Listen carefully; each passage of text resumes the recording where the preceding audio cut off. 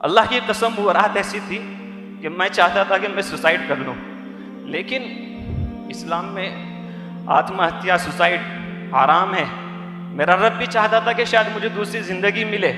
میں ایسے ڈپریشن میں گیا، آنکھ سے میرے آنسو سوکھ گئے، آنکھ سے آنسو نہیں نکلتے تھے، ہنسنا میں بھول گیا۔ 2020 کی وہ ایک رات پھر سے آئی، تقریباً 3 بجے منور زماں سر کی ویڈیو سامنے آئی۔ وہ جو دریا دل میں تھا نا درد، وہ پھوٹ پڑا، اور واللہ میں صبح فجر کی اذان تک کے روتا رہا، اور میں نے کہا کہ مجھے اس انسان سے ملنا ہے۔ کون ہے یہ انسان؟ جس طریقے سے ریگستان کی جلتی اور چمکتی اور تڑپتی ریت پر اچانک سے بارش ہو اور اس کے کلیجے کو ٹھنڈک ملے اور وہ پکار اٹھے کہ ہاں میں دوبارہ زندہ ہوں، کالی رات کے بعد میں اچانک سے سورج نکلے اور لوگوں کو روشنی ملے، میں کیا کہوں اس شخصیت کے لیے؟ میں صرف اتنا کہوں گا کہ وہ جو کھو چکا تھا اپنی زندگی، پھر سے وہ اپنی زندگی پا جائے۔ وہ جو مر چکا تھا اور پھر سے کہہ اٹھے کہ ہاں میں جینا چاہتا ہوں۔ سر آئی love you, I love you sir. 2008 کی بات ہے، میں بسو کلیان ایک کلبرگی سے تقریباً 100-125 کلومیٹر ایک گاؤں ہے، ایک شہر تعلقہ کہہ سکتے ہیں۔ مسجد علی کے اندر ایز اے امام امامت کیا کرتا تھا۔ منصف پیپر حیدرآباد سے جو آتا ہے، اس کے اندر ایک چھوٹا سا ایڈ سمجھ لیجیے اسے، اس میں آیا کہ شاہ پور میں ٹرائل سے بالرز کے کرکٹرز کے ٹرائل سے 27واں رمضان تھا، میں روزے سے بھی تھا، دل میں ایک جذبہ تھا کہ مجھے کرکٹر بننا ہے، حالانکہ میں عالم دین تھا، امامت کے عہدے پر فائز تھا۔ 27واں روزہ تھا، محتمیم صاحب سے تھوڑی سی اجازت لی کہ مجھے جانا ہے، انہوں نے اجازت دے دی۔ میں کسی کا اسکوٹر مانگ کر کے شاہ پور پہنچا، تقریباً 3:30-4 بجے کا وقت تھا۔ میں نے ایمان کے جذبے کے ساتھ میں اور اپنے جسمانی قوت کے ساتھ میں بڑی زور سے بالنگ کی۔ وہ پتہ نہیں لکیلی یا انفارچونیٹلی میرا وہاں سلیکشن ہو گیا۔ والد صاحب اس بات سے بڑے ناراض تھے۔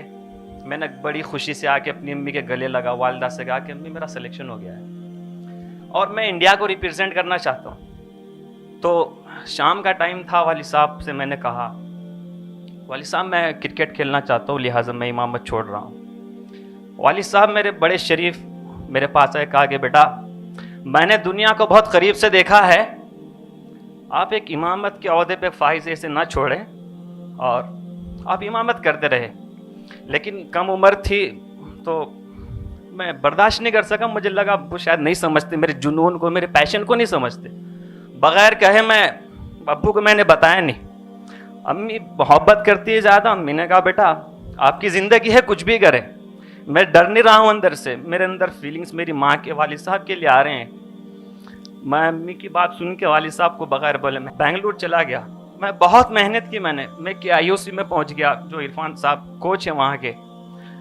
ہر روز لگتا کہ میرا سلیکشن ہو جائے گا، ہر روز مجھے لگتا کہ میں انڈیا کو ریپرزینٹ کروں گا۔ انڈیا کو نہیں کر سکا، ایٹ لیسٹ IPL کھیلوں گا، میں رنجی تو کھیلوں گا، ڈویژن تو کھیلوں گا۔ فرسٹ ڈویژن تک میں کھیلا، لیکن جب بھی ٹرائلس آتے IPL سے یا رنجی سے پہلے جب بھی ٹرائلس آتے تو 1 مہینہ پہلے میرے پیر میں درد ہونا شروع ہو جاتا۔ پتہ نہیں مجھے ایسا لگا کہ شاید مجھے بددعا لگی ہے کسی کی، لیکن نادان میں ایسا تھا کہ میں نے والد صاحب سے کبھی فون پہ بات بھی نہیں کی، ڈر لگتا تھا کہ والد صاحب غصہ کریں گے۔ امی کو فون کرتا، والد صاحب سے پوچھتا کہ ابو کیا ناراض ہے کیا؟ امی بولتی کہ بیٹا باپ کبھی ناراض ہو سکتا ہے، لیکن حقیقت میں اللہ گواہ ہے کہ میرے والد صاحب ناراض تھے مجھ سے۔ ایک دن ایسا درد ہوا، کوچ نے کہا کہ بیٹے تمہارے بس کا نہیں ہے، آپ واپس چلے جاؤ ورنہ زندگی تمہاری ختم ہو جائے گی۔ 2017 میں واپس آیا، ایک میرے سے بہت بڑی غلطی ہو گئی۔ والد صاحب نے کندھے پہ ہاتھ رکھا اور کہا کہ بیٹا مجھے لگا کہ شاید تو مجھے میری امیدوں پہ کھرا اترے گا، لیکن آج تو نے میرا دل توڑ دیا ہے۔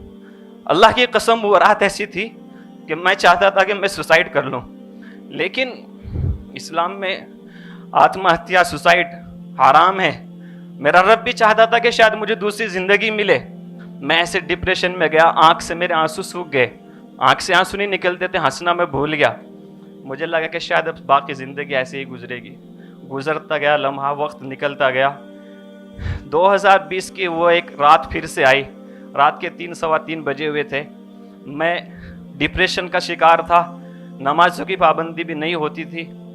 لگا کہ اب تو شاید بس اللہ کے پاس پہنچوں گا۔ میں دعا بھی نہیں کر سکتا تھا کہ اللہ مجھے موت دے دے، کیونکہ یہ جو دل ہے نا، یہ پتہ نہیں اندر سے مر چکا تھا۔ ایک احتشام جو چلبلا بچہ تھا، جو کبھی میدان میں جب وکٹ لیتا تھا تو آڈینس میں ایسا بھاگتا تھا کہ ایک جوش بھر دیتا تھا،